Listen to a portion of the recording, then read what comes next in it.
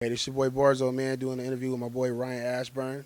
Check him out, man. We out here trying to make moves, put on for the city. Mob shit. Trying to prove that I done lost a lot of time that I can't get back. It's some niggas that got a problem, but we can't fix that. Told the internet you's a gangster, how your chain get snapped. I seen this shit with my third eye. My intelligence telling me keep going. If he tricking, then I got a treat for him. If he tripping, then I got some heat for him. Right. Me and the family don't talk much. When I see him, I might have a speech for him. At the head of my table, I bossed up. She see how we eat and she want it bad, huh? Make me a believer when you see me low on cash. I don't really want your ass, bitch. Hey now, say now. Hey now, say now. I take Cash App and PayPal. I can say it was probably like the stuff that I've been through. You know, I'm a real emotional person, so I felt like whenever I went through certain stuff, the music is what will be my outlet. You know, I listened to music all the time when I was little from like birth. I love music, but I noticed that music was something that would help me deal with the things I was going through. So when I realized I could actually write music, I was in juvenile hall. I was playing with it before I went to juvenile hall, but when I was in juvenile hall, I wrote a song. My first real song I really took serious was called Sorry Miss Jackson. It was about my mom. And, you know, I ain't grow up with her, so, you know, my childhood was a little different. But when I wrote it, I was crying, and it was a lot of emotion in it. And then I realized that the song had a lot of power when I made other people cry with the song. So after that, I was like, you know, I got out of juvenile hall and just started doing music. It's a lot of acting going on. I mean, locally, it's a lot of competition. It's not, people don't have a collective mindset, so locally it's not a lot of coming together. People come together for people that they feel like they can get something from. You know what I'm saying? But mainstream, man, that shit is a wide open door, bro. All you gotta do is be willing to fake. It's a few real cats slide in there, but real cats' careers don't last long no more. But you know, it's a lot of faking, acting going on. We stank as a garbage truck. I roll it up and then spark it. I mean, when you give me a question like that, I'm gonna kind of hit you with the local and the mainstream. It's like a duality to it, because I'm kind of like, I always appreciate the locals, because the locals is closest to you. Them be some big influences too. I mean, locally, McFly. I don't know if you heard of him. Yeah, he's a well-known San Diego rapper, man. He's an artist. He's not just a rapper. He come with a whole different, you know. You know, of course, my team. You know, we don't get to see each other, but we not really, you know. But Easy, ALB Easy, man. Mac Moore, a whole church mob, coalition, Yali mob, anybody, man. Cat Fly, these dudes are geniuses. J. Cree, you know, T. Keesin, you know what I'm saying? These dudes come with so much originality and creativity, and it's like we got our own lane, you know. Not all the dudes that I named is with our collective, but we all are like family. You know, we're not allowed to be around each other, none of that right now. But literally, the creativity that we possess, and we got some other homies too, man. CJ Stacks, he just dropped. He got a single about to drop. The Creekter, man, the Creekter. He's coming in hot. You know, I've heard it. You know, behind the scenes, I've heard some of it. So I'm ready, man. And mainstream,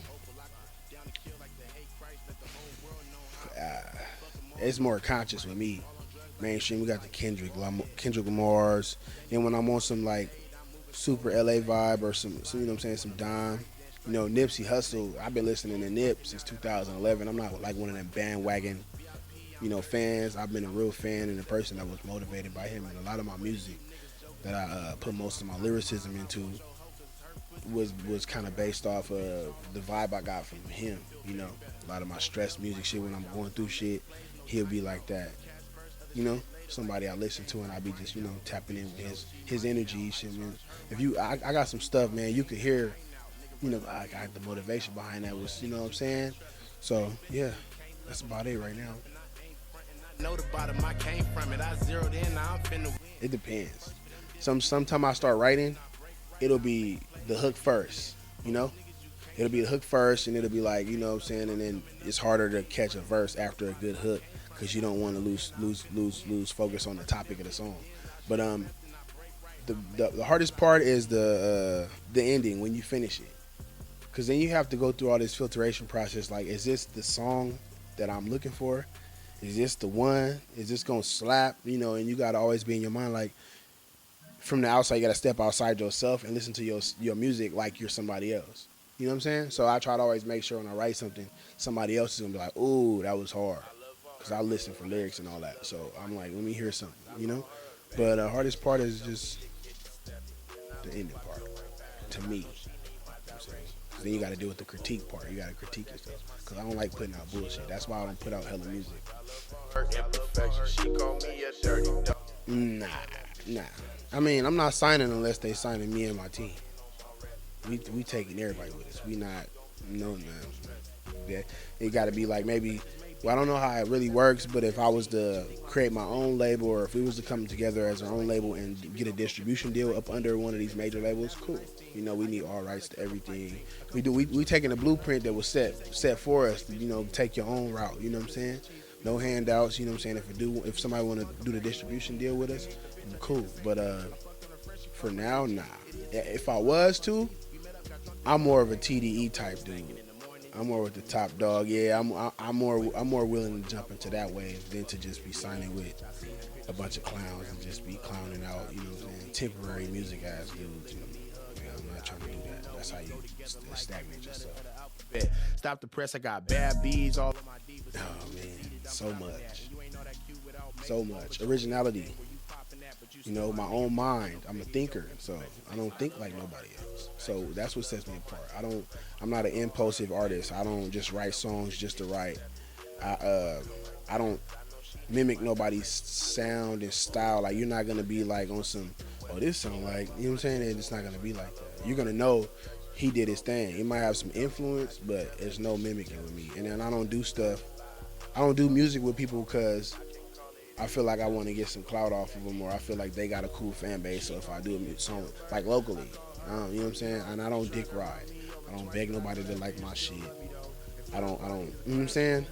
I personally, I feel like I'm one of the hottest niggas out of the city, and I can say that with confidence. But you know, we slept on. It's cool. But the biggest thing set me apart is originality, bro. I'm a real nigga. Stand up, like straight up. These dudes out here ain't never been caught with a cap gun. We're talking all this shooter shit. This shit is annoying. You know what I'm saying? He never sat up against the federal court. You know what I'm saying? Never had to fight the district attorney. Never had to fight a prosecutor, a federal prosecutor. You know what I'm saying? Never looked him in the eyes, but talk about all this street gang shit, all this bozo. Anyway. Next 5 years. Around my daughter. Yeah. Owning something in my name, like property wise, next 5 years, you know, in a house. Doesn't have to be the biggest house. It's a house, mine, you know, with a garage and shit. You know what I'm saying?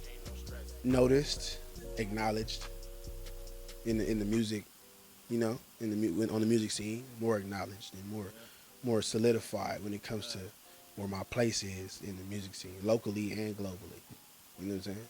So I'm not wishing to be famous. I'm not really trying to be famous. Just noticed for the jewels I'm gonna drop, for what I got to say.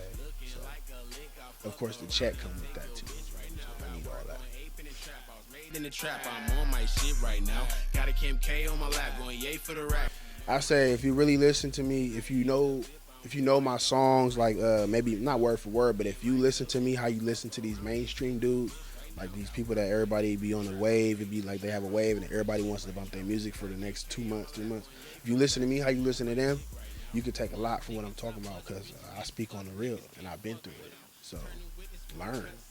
I'm giving you shit, you know what I'm saying? Don't wait till the nigga die out here or go to jail for life or get hit by a car or some shit, be crippled, before you be like, oh, I want to listen to his music and see what he's talking about. You know what I'm saying? That's what people do. They don't notice what's in front of them until it's gone. So if you really listening, man, the message you could take, bro, is stay away from snitches. If a nigga acting like he can't hold no hot water, he's out. If he show you fake love, he's out. Ulterior motives, keeping count of the favors they do for you, you out, bro. Like that type of stuff, keep it away from you. Females, don't trust them. As simple as that. You know, that's the message with me, man. Stay away from the police. Don't talk to the police. If you knew what you was doing when you was out here doing it, take what you got coming. Don't tell on nobody. Don't hang with dudes that's out here known for telling or got a rumor on them telling until you figure out if they not or they is. That's it. You know what I'm saying? Looking like a lick, I fuck around and take your bitch right now. Got work going ape. I think I would change the racial caste system, the way brown people are treated. You know what I'm saying?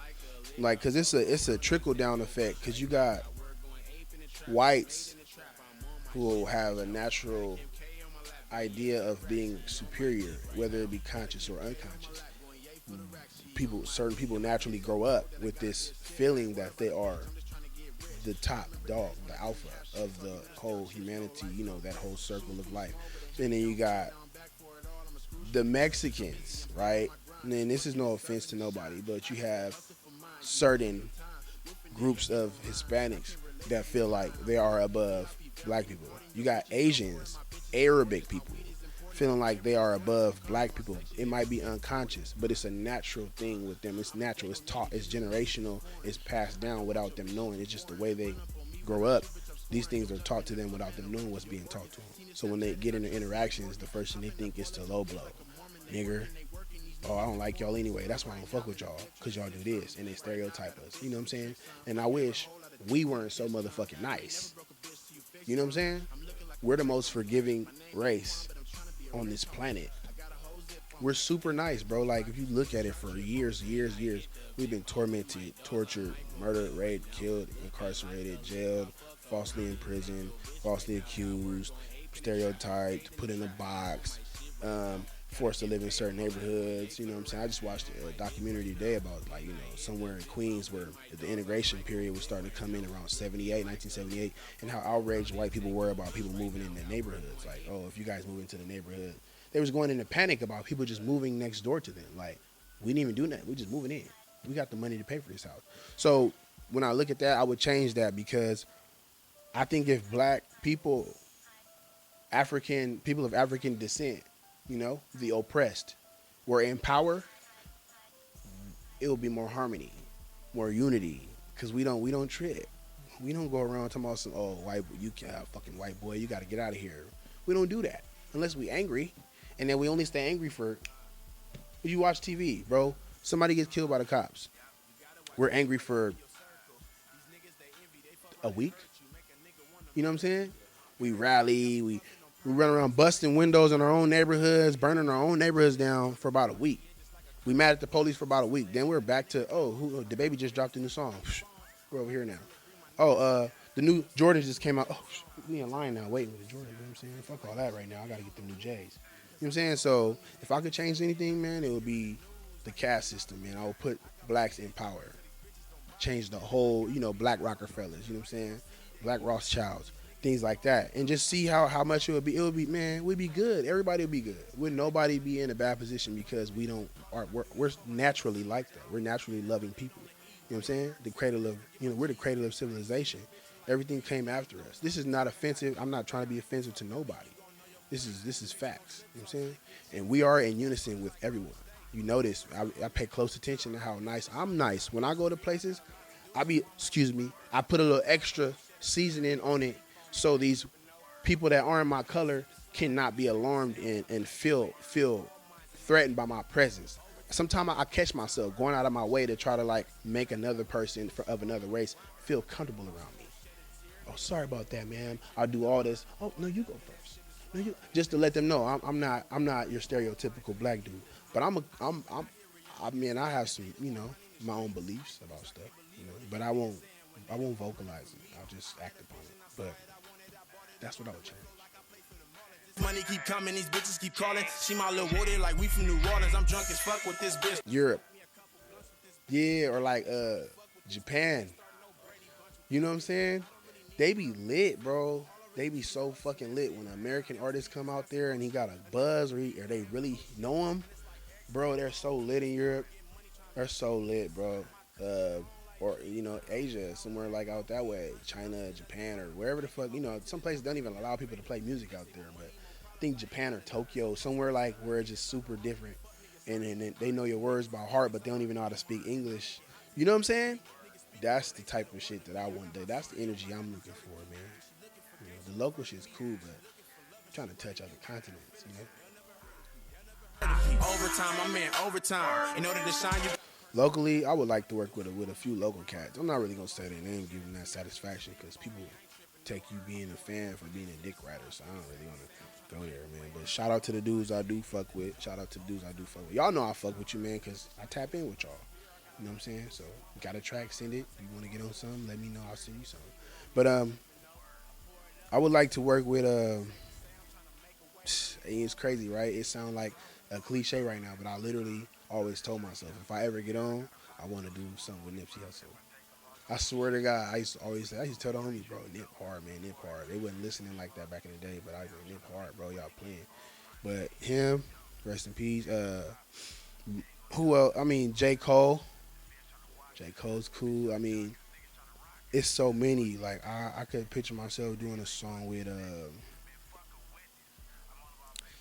maybe, it had to be one of them conscious rappers, man. Kanye, like even though he kind of tripped me out sometimes, his creativity is dope. Travis Scott, yeah, I would like to do a song with him, a project, whatever. Him producing and him collaborate, that shit would be dope. Let's go. Let's get it. Y'all probably won't pay attention to this unless I got famous or something. But just be you, man. Don't chase the clout, man. It's not a good look. Real dudes don't recognize that, bro. Real dudes see that and be staying away from that. You know what I'm saying? The clout chasing is whack. Be yourself. Be original. Don't lie in your music. That's about it, man. If you're an artist or you're a rapper, because some of these dudes are just rappers, you know, here today, going tomorrow style. Do whatever. Some people capitalize, man. Just be you. Don't lie. If you out here with these guns in the video and we didn't know you niggas 5 years ago, you niggas didn't have to get chased off the trolley, you niggas didn't have to go to functions in Skyline Lincoln, and you wasn't risking your life to go fuck on a chick in somebody else's hood, you know, back when it was bad. Don't be out here hollering that gang shit. Don't be out here hollering that you was a shooter, a killer, and all that. Don't be doing that, man. If you still hang with snitches, you're not a gangster. You know he telling. You know she telling. Why you dealing with her? Why you dealing with him? That's not gangster. So when you know what I'm saying, if you're not a pimp, stop popping that pimp shit. You need to stop it. But that's it. Just be you. Church mob. Told me out amount to nothing, now I got 'em mad, nigga. I actually haven't found a name. I'm bouncing around with names and ideas and what I want it, like the central focus of my project to be. But it's something. It's leaning towards more so a cartoon reference type of like the graphic design. I want it to be more a cartoon reference, but it has like a meaning. You know, like the modern life of Barrzo. You know what I'm saying? Rocco's modern life type feel, or maybe like some Hey Arnold type looking shit. But I want it to be more like my next project, bro. I don't really even know where I'm going with it. I'm just letting it come out, and then I'm figuring out what songs wouldn't sound too, you know what I'm saying, out of whack. Everything can be in certain relations. So I got like I'm gonna drop an EP maybe next month, because I should have the songs done like next month or August. Shout outs, man.